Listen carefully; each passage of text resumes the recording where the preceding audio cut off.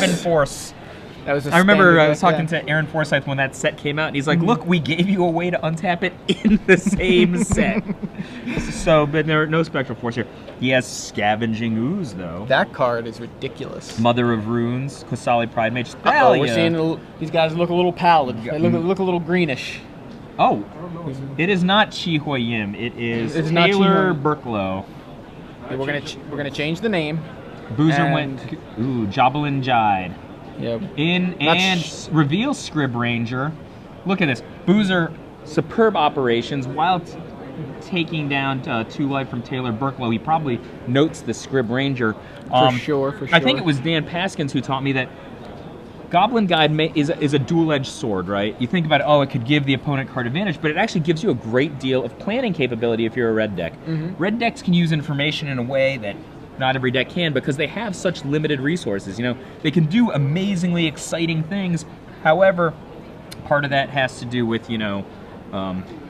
planning turn after turn because typically the opponent's cards are much more powerful. Right. So, ooh, it's this. This looks like 2 points of damage from a future price of progress. It looks like that. That's a nice way to look at it. Jesse, you see in the color shift? I don't. I'm looking at it. I don't know anything about it. No, there is a color shift. From blue-white Delver to blue-red Delver. It is. I agree. That's not the color shift I was. Taylor Burklow's got Umazawa's Jetty, Sylvan Library, Pennsylvania Library. I like to think of it as Pennsylvania Library. Pennsylvania Library. And a Noble Hierarch for Taylor. Let's see how long this guy sticks around. Jesse adjusting the white balance a little. You guys who... Ooh, what do we have there? Swords of Plowshares. There's definitely a swords there. And we're seeing a Goblin Guide number 2. Jide. What do we got in here? for Bailoff. Ooh. And we see a Knight of the Reliquary. So miss and miss. Yeah. So those Goblin Guides... not only is Taylor missing on the Goblin Guides trigger, but Chris is getting information out of that. So the land in play, is that a what is that, a Savannah? Yeah, I think so. I assume it's a Savannah, right? Because this is a Maverick-ish deck that we're looking at, right? It is a Maverick deck. Maverick deck, it says right there on the screen. My assumption is that's a Savannah, so unlikely to meet a Daze here if we have a Lightning Bolt of some kind, right? Is there going to be a Lightning Bolt of some kind? Chris has 8, right? So he's got the Chain Lightning and the Lightning Bolt. Would not be surprised if he tosses one in the way of... No Lightning Bolt, no Ponder, no Brainstorm. I think he's got double Force of Will, Ponder. I think there's a Ponder there, and maybe a Fetch Land? Wasteland. Or wait. Looks like a land, yeah. It looks like maybe a Fetch Land. Do you think double Force of Will? I think it's double Force of Will. That looks like right next to each other, Force. But I could be wrong. Could be going for a Knight of the Reliquary here. Oh, is that it's a Ponder? Force, Ponder, Bolt. Is what he has a Bolt. Is. Okay. So I think he's waiting for a Knight of the Reliquary. Maybe he's just going to send a Bolt at the Knight of the Reliquary, which would be a very acceptable play, I would think. Sure, I'll take it. Right, so it would be a small enough Knight of the Reliquary that you can neg, right? Yep. So Knight of the Reliquary looks to have resolved. And now is in the graveyard, courtesy of Lightning Bolt. When Goblin Guide is hitting and they're not drawing lots of extra lands, you feel like you're cheating at Magic the Gathering. What do we got here? Is that a Shuffs? What's it? Is this Chris Boozer keeps? He picks up a... don't know. Picks up a Fetch Land. Swings. Miss on the Noble Hierarch, 4 more damage, taking Taylor Burklow to 9. The only thing is I'm a little worried about Chris's ability to close this game out. He's one fatty from never attacking again, and we know that Taylor's got a Plowshares in his hand. Ooh, and a Maze of Ith. Yeah, that's gonna be some trouble. Annoying, yeah. Yeah. A Plow and a Maze of Ith is GG, I think, right now. Yeah, and not the Goblin Guide kind of GG. No, not the Goblin Guide kind of GG.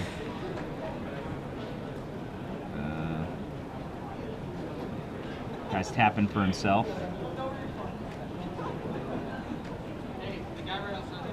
And what do we have here? So we let Chris go. Chris is picking up... I mean, we know Chris kept the top of his library with the Ponder, right? So we do. So he may shuffle away with the fetch Umezawa's land. Jide was just revealed. Now, that's hella annoying. Yeah. He lets you attack, can potentially smash your face, and then also get... So it looks like he's going to maze one and swords another. That's what it looks like. I mean, He sets... Chris is on a certain plan. I think, given the fact there's a Maze of Ith still in play, he's got to force this. Am I wrong? I think he's going to force it. I think, yeah. And we Oh, are okay. wrong. He's going to take the 2 life points. I mean, I don't know. Does he have Jace the Mind Sculptor or something?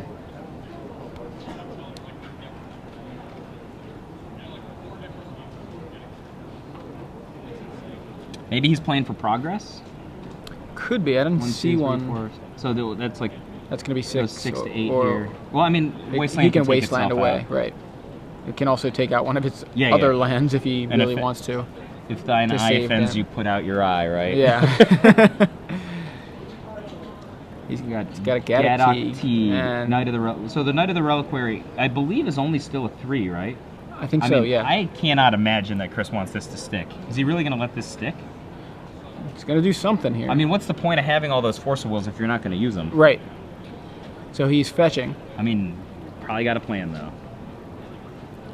John Wood requests some goblins today on camera. John Wood of the John Wood is now famous. John Wood, do you realize I gave you a whole blog post?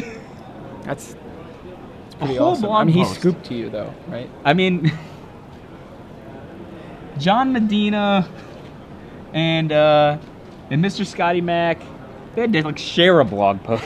You got a whole one for yourself, bro. Thank you, John Wood. And I gave you a shout out in a podcast with Rabbits, who had top 8 of DNB. What do we got here? Price of progress. Price of progress. Ugh. Wasteland, And your Wasteland, land. your land. Take 4. So that puts him at 5. And has the Knight of the Reliquary in fact resolved? It has. Let him have it, okay. And he draws, I think it was Arid Mesa. Yeah. We lost like the color saturation. Is that It's very maybe he's got strange. another Price of Progress and we can't tell I think he's because of... got. It's possible. I see Force is what I see, and a third card is a little tough to see. It's very tough to see. Must be why Boozer kept it. I mean, and we just can't tell because of the color, right? Yeah. Smash. All right, Knight of the Reliquary into the red zone for 4, I believe now. Right? Probably just take this, right? Yeah, he's at Oh, no, 18. no. The there's a 2 noble hierarchs. So Oh, I'm sorry, each it's of the 6. 4, You're right. I'm yes. sorry. It's 4. It's a 4/4 It's base. 600 damage. Yeah.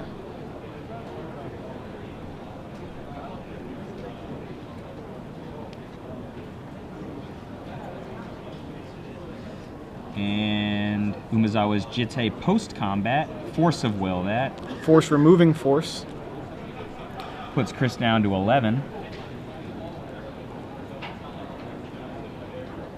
Sack this Eot. I'm guessing basic land is what he's going to get. Probably a basic. Yeah, it is kind of funny how he, how Taylor actually gave Chris a little bit of life by removing his non-basic. Right? Is Price is both players. I mean, so Taylor has 3. So he's going to take 4. He's going to go to 1 here. So Taylor's going to go to 1. With Chris Price is going to go to yeah. 8. Yeah.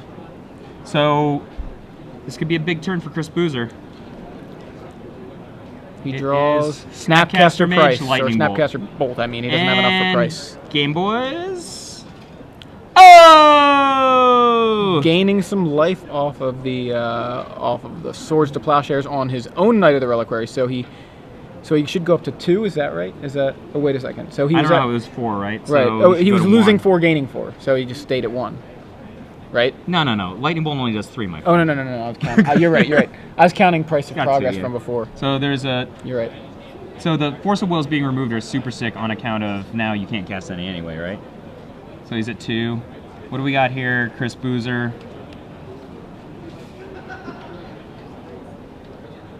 Pulls a. Chain Lightning. That's how we does it. Now we're going to game 2. So the color there looks fine. I wonder. It just must be the The overhead camera. The overhead. Jesse's going to check that out. Blue-red deck. It's like a red deck I wins do deck, too. but with Force of Will. And Delver of Secrets. I mean, that's just a typical red creature. It is. It's very 3/2 flying for 1. Right. It's Ironclaw Orc's beloved grandchild. Mm-hmm. Actually, this kind of blue-red Delver has shown up in Legacy from time to time, so it's one of the ones that I like to watch. It's kind of cool. I like blue-red Delver. This is a Force of Will from being a standard deck, right? Sort of. Also, Lightning Bolt, Spell Pierce, Brainstorm, Price of Progress, and Chain Lightning.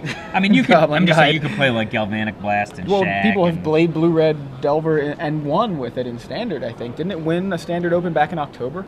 It deserved to. Pretty sure it did. Or if it didn't win, it was like in the finals or top. All right, okay. What is Chris Boozer bringing in? Faux show, he's bringing in Submerge. Submerge is super duper good. Maybe an additional Price of Progress. Let's see, price. Maybe. He's got 3. He can bring in the 4th. I mean, it did a lot of work that game. I would consider bringing in Smash to Smithereens. He's got 2 of that. What do you think? I like that. Makes sense. My guess is he's removing Force of Will. Yeah. Actually, it's interesting. Does Taylor have Choke? He does. He has 2 chokes. I can't read the whole deck very well. He's at Enlighten Tutor, so it's possible he's going to like Enlighten Tutor for Choke. Which I don't know how much Boozer needs to be able to untap blue on a consistent basis, right? Right. But I think that I would guess Chris is going to remove Force of Will, bring in Submerge. How many of those he has? He has 3 and 3 swap so there. he can swap that, right? I think Smash to Smithereens is probably pretty good in this matchup. He saw Jide. He really doesn't want to see a Jide again online, but I don't think Taylor has any other big artifacts, right? Just the Jide and... Just Jide, so 2 Jides against 2 Smash to Smithereens. Questionable there. Definitely see Force of Will for Submerge, though. What do you think about Sulfuric Vortex? I was thinking about it. Keeping his opponent off gaining life is sort of relevant with something like Scavenging Ooze, because that gets crazy out of hand. And obviously we saw him Swords to Plowshares his own guy just to stay alive there. Jite, it also fights the counters on Jite, right? Oh, that's a different. Yeah, I'm just saying that there's like little ways of him. He's not playing with like Baneslayer or even Batterskull, which is actually more realistic. But I'm not super bullish on Sulfuric Vortex, but I can see but these it. are some ideas. Yeah, I was just trying to think of some of the reasons that it would be good. To me, Faux Show, Submerge, possible Smash to Smithereens, maybe Price of Progress. Okay, That's what I think. So no probably remove Vortex. Spell Pierce is not that great. This deck has relatively few spells, right? I'm with you on that. Although Zenith is an important spell. I could see cutting 2 Spell Pierce for, let's say, 2 Smash to Smithereens or 1 Smash to Smithereens and 1 Price. I could see that. But I'm a buyer on... Oh, you know what? Chris is on the draw this game. He might not want Goblin Guide. No, Goblin Guide's fair. pretty crappy on the draw, so... especially against a deck with green creatures. So we could see the removal of Goblin Guide, but you never know. Tomohiro Saito never sides out his Goblin Guides, and He's a good player. not in the Hall of Fame though. That's true. Yes, I mean Not he's that good. Then. He is a preeminent beatdown player and a noted player of Goblin Guides, and I've never seen the guy take a Goblin Guide out of his deck. So I do not know about that. Players in standard window box number 5. Your event is ready up on the side event stage. Once again, players in standard window box number 5. Your event is ready. From the perspective of Taylor Burklow, Ether's War Cannon is not that good. Aura of Silence not that good. Daunting Escort, it's like a 3/3, whatever. Yeah. Crucible of Worlds, nah. Choke, strong maybe. Tormod's Crypto, Enlightened Tutor maybe. Path to Exile maybe. He actually doesn't have very many good cards against Taylor's deck. Only Choke, and if he really wants to choke hard, Enlightened Tutor. But I mean that's a ifsies, right? Yeah. What's bad in his deck? Gaddock Teague. Nothing's bad, right? Doesn't seem incredible. Gaddock Teague, Right. Like, is there what is in besides Force of Will? What does Gaddock Teague stop? whole lot of nothing. Nothing. So Gaddock Teague for choke at least is a onesie. And then seems that Super Jesse has fixed the color on the screen. we Thank could. you, Jesse. Snyder Man. Snyder Man, sorry. I mean, Snyder Man. I don't think Mind Sensor or Scrib Ranger are exceptional. they're kind of expensive for their bodies relative to what they're fighting against. Is it Mind Sensor? Yeah, Mind Sensor and Scribranger. I mean, they're fine. Like, they're just not. I mean, Scribranger's fine. If you want to get your creatures torched by a Grim Lavamancer, like I mean, it makes him waste a burn spell on it, and because it can't obviously be targeted, or it can chump a Delver all day. I mean, Taylor's deck's got a lot of problems with it. Here's the thing about Gaddock Teeg, though. It will counter Submerge. That's true. That's true. Full cost and Submerge is quite a bit more than Gaddock Teeg's minimum threshold. So. Right, I forgot about the Submerge. I was just looking at the fact that he's removing the forces. So, turn 1, Green Sun Zenith for 0 from Taylor, and I suppose a Dryad Arbor would be Wouldn't it be awkward if he had the Dryad Arbor in his hand? Like, yeah, like, where is it? Where is it? Where is it? Where? Oh, but he didn't do that. Players in standard win box number 5. Your event is ready. So there's a Dryad Arbor for Taylor. Greg, Dylan, and Kamoni. Once again, Chris, turn 1, Scalding Tarn, fetch. Easily see a Joblin Jide in the house here. Let's see what happens. We could also see Bolt Your Land. Oh, Bolt Your Land might be savage. I mean, it's nice. Savage, we say in Savage in Paris. In Paris. Bolt Your Land. Stone Very Rain. nice. Well, it's just a 1-for-1, right? It is. It's like 3/4 of a Green Sun Zenith for a Lightning Bolt. But Taylor's Wasteland Your Land. So how many lands does Chris have? 1, 2, 3, 4, 12, 20. 16, 20. Is he gonna play Delver of Secret? Oh, he has He has a Brainstorm. Yeah, he's good. Ethersworn Canonist. Canonist. He's got a Submerge in hand I think too. I would. Whoa, that was. I would be fine with Ethersworn Canonist. It's just a dude, right? Yeah, I guess that's part of it too. Attention, Greg Shu of standard win box number 5. Your event is ready for you. Once again, Chris is gonna Brainstorm. Standard win box number 5. Your event is I assume ready. this is the end of Taylor's turn. I assume. I didn't see a draw before the Brainstorm.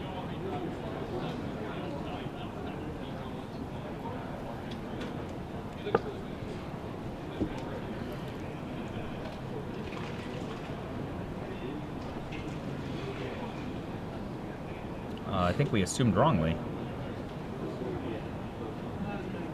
We assumed wrongly, my friend.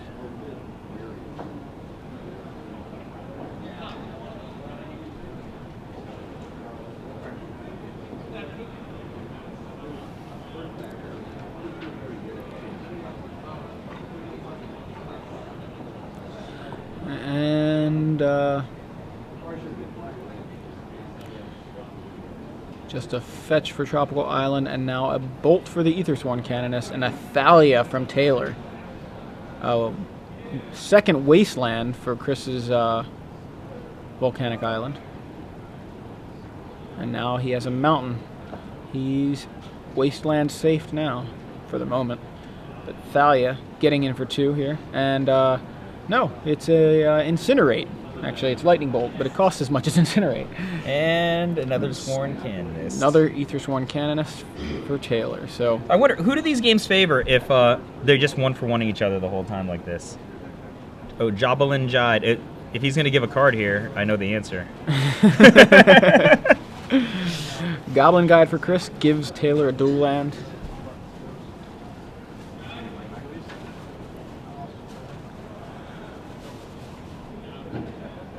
Taylor plays the Savannah.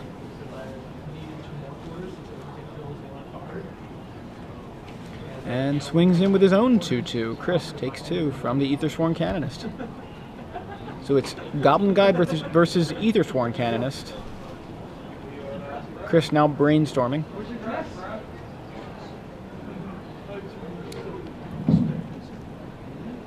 Greg Shu, if I you're in the think hall, the Aethersworn Canonist is a weird choice. It is. I guess- If you're in the hall, your standard win box is I ready. guess the assumption is Chris has got so many good... Oh, you know what? It's a very good card to lock down Snapcaster Mage. That's true. That's, So it yeah, just that's like actually really good. it keeps a lot of the efficacy of Snapcaster Mage out. Wow. Goblin Guide again. It's the opposite of giving how it was gifts. last game. It's gonna Yeah. get plowed, it looks like. And a Swords to Plowshares I guess. Yep. for Chris's Goblin Guide. Maybe that's the best thing for it. Give me some lands and I'll plow it. I'm surprised Chris hasn't, like in response to to a sack land shuffle, made him shuffle away a key creature, something like that. Yeah, he could. We've got a Chain Lightning for the Aethersworn Canonist, so the board is once again clear of any non-land permanents. Both players with 3 lands, although Taylor just cracked a fetch, so he has 4 lands. A Plains, 2 Forests, and a Forest Plains. So I guess that's 2 Plains and 3 Forests. Something big. 4 mana for a Green Sun Zenith. 4th Trace. It's probably going to be Knight of the Reliquary, am I right? If it's for 3, then I would assume so. I'll probably force this. Yep. Force of Will, removing Submerge. Interesting. Wait, did he have a Daze? I think he could have gone Snapcaster Daze, right? I don't know if he... Maybe I'm wrong, he doesn't have Snapcaster, or maybe he doesn't have Daze. Yeah, I didn't see his hand.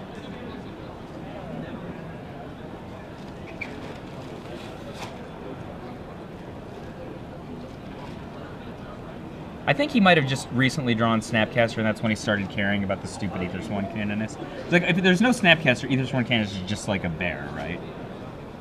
Yeah. It's like full-on bear.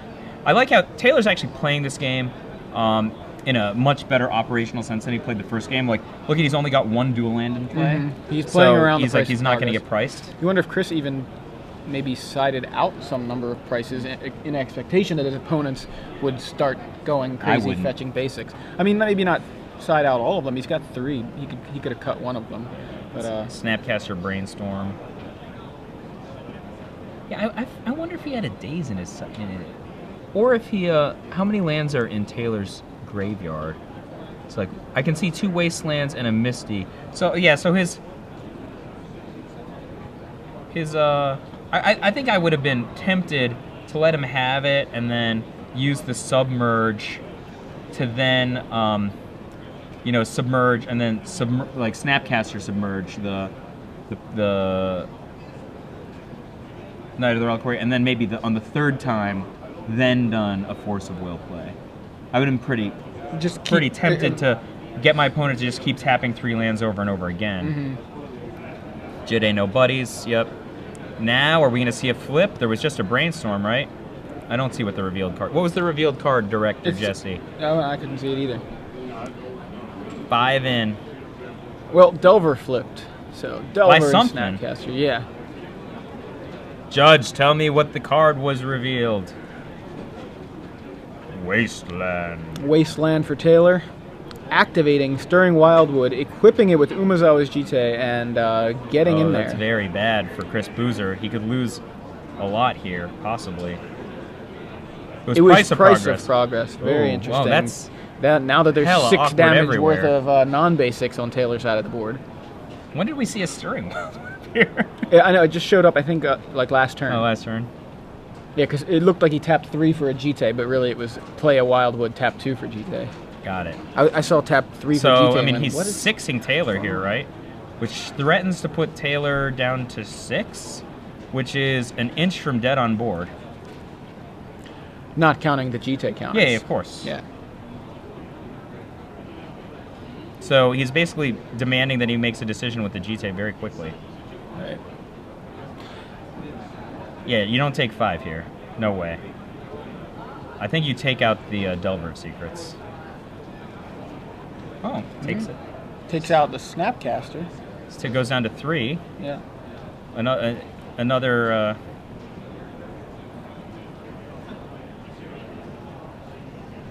I've been really, really tempted to do that Submerge play. Well, the other thing about Submerge, it gives it flashback for its mana cost. You can't do the alternate. Oh, you can't do the alternate. Right. I see. That or Daze.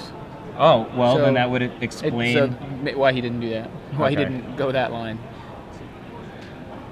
I guess we've had no alternate costs in Standard, which is the only time I've ever played Snapcaster. Yeah, I mean, because it's flashback equal to its mana cost, so you can pay 2 life for a mental misstep because its mana cost is still Phyrexian blue. This game looks like it's going to be out of Chris Boozer's hands in about 30 seconds. And less. Less, okay. As you're saying it, he's scooping it up. So, yeah, that's why, like, you can't Snapcaster Force of Will unless you've got 7 mana. And Got it. Or you have an Aether Vial on 2 and 5 mana. So let's analyze that game. Super close. Chris could have won. Yeah. He gave Taylor 2 free cards with Goblin Guide. And a free card with Force of Will. Yeah. And then the Jitte itself generated 1 free card by taking out the Snapcaster Mage. The Snapcaster Mage got like a bolt or something like that. I forget what he Snapcaster Brainstorm. Brainstorm, I'm sorry. Which set up the Delver of Secrets. Right. So we know that Chris still values the Price of Progress plan. Mm-hmm. That game was real close. Again, he could have sided out just like 1 price. I'm not saying he should have. I'm just thinking because I know every time that happens, like I play with like Back to Basics, and then I'm like, any opponent knows I'm playing with Back to Basics. It's the most frustrating card to have in my hand. I hate this. This card's terrible because everybody just fetches basics. And before I get the Back to Basics on board, so I'm sure it's very similar playing Price of Progress, which I have never cast, I don't believe. I don't know if I've ever cast Price of Progress in a tournament match. I've certainly had it cast against me. Yeah, same here. There's no question about that. And then I start fetching basics. So, it loses some value when your opponent knows you have it. And in that case, though, still, he fetched a ton of basics and still took 6 from a Price of Progress. A 2-mana, 6 damage spell is still really good. So maybe you just don't side it out, but... I'm not even advocating siding all of them out. I'm just thinking if he needs to make room, that sure. He could keep 2 instead of 3.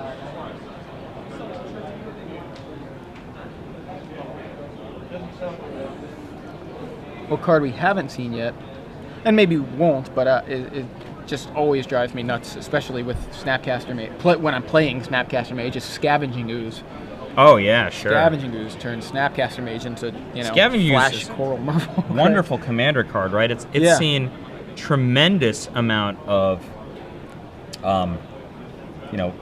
play and popularity in the format since it first appeared just last summer. Yeah, right? Last summer in the Commander decks. And it is from Counterpunch. Thank you, Jesse Snyderman. What is Counterpunch? It's the name of one of the Commander decks. And of course, being that it's called Counterpunch, obviously it would have blue in it, right? But no, it does not have blue in it. Yeah, very misleading. I bought all these Counterpunches and then I had to just take them back when I realized they didn't have blue. I'm lying. You brought them back with 1 fewer card, I assume. Yeah, like, why does it look like this was open? I bought it like that. It's missing, it's only 99 cards in this. It's missing Scavenging Ooze. No, I don't do that. I don't have Counterpunch, and I never did. So, unfortunately for me, if I want to play Scavenging Ooze. All right, Game 3 about to commence. Scavenging Ooze, a $40 card. Wow. How much is a Counterpunch deck? $30. It's like Umezawa's Jitte. I saw it in the case. I think it was $20. When it was legal, it had a price ceiling of $10 because it was in the Rats Precon, which you could just buy for $10. Which is exactly how I got mine. Yeah. I had so many Patron of the Nazumis. I'm like, why do I have all these? Oh, because I keep opening them in packs, and I got them in the Rats Nest Precon. Oh, First Turn Delver of Secrets. I like this. What's your opinion of First Turn Delver of Secrets, Brad Nelson? Brad Nelson smiles, has a thumbs up. Only thing I like doing in Magic anymore. Only thing he likes doing in Magic anymore. What did you previously like? Tapping out for Jace the Mind Sculptor? Casting Baneslayer Angel. Casting Baneslayer Angel, the previous thing you liked. After I played Jace. Jace, then Baneslayer. You follow it up. Yeah, I think he won a Grand Prix like that, right? If you're going to make a list of all the ways Brad Nelson won a Grand Prix, you'd have to, I don't know. That's it. That's it, okay. It's Jace the Mind Sculptor. If you're going to make a list of all the times Brad Nelson came in second in a tournament. We're going to make a list of all the ways Brad Nelson took 9th and top 8. That's just So Taylor has a noble hierarch. And Chris flips his Delver with a red card, which I didn't quite catch. May have been Price of Progress, actually. Chris in with the Delver. Smashed it was to smashed to smithereens. smithereens. Okay, Oh, thank you. Grim And Lavamancer and submerge your hierarch. Hiya. I have a feeling Taylor is going to draw a Noble Hierarch. But Chris has not got a second land. A Wasteland would be very bad for him. Instead, there's a Maze of Ith for Taylor, which is not equally bad, but also fairly bad. What do? You just like Hiya the Noble Hierarch with your Grim Lavamancer and swing for 3? You can't swing for 3. Maze of Ith. I think he's gonna try. I mean, it's fine. He's like attack. Oh, it no, doesn't nothing- matter. Like doesn't he matter. could. He can make Taylor tap the maze if that's at all relevant, but it's not. That's There's a stirring Wildwood. wildwood. Yeah. His buddy from last game. I mean, right now Chris Boozer's like, please no Wasteland. Green Sun Zenith. Sure thing. Please no Wasteland. It's going to be a Dryad Arbor. For how long is it going to try at Harbor? That remains to be seen.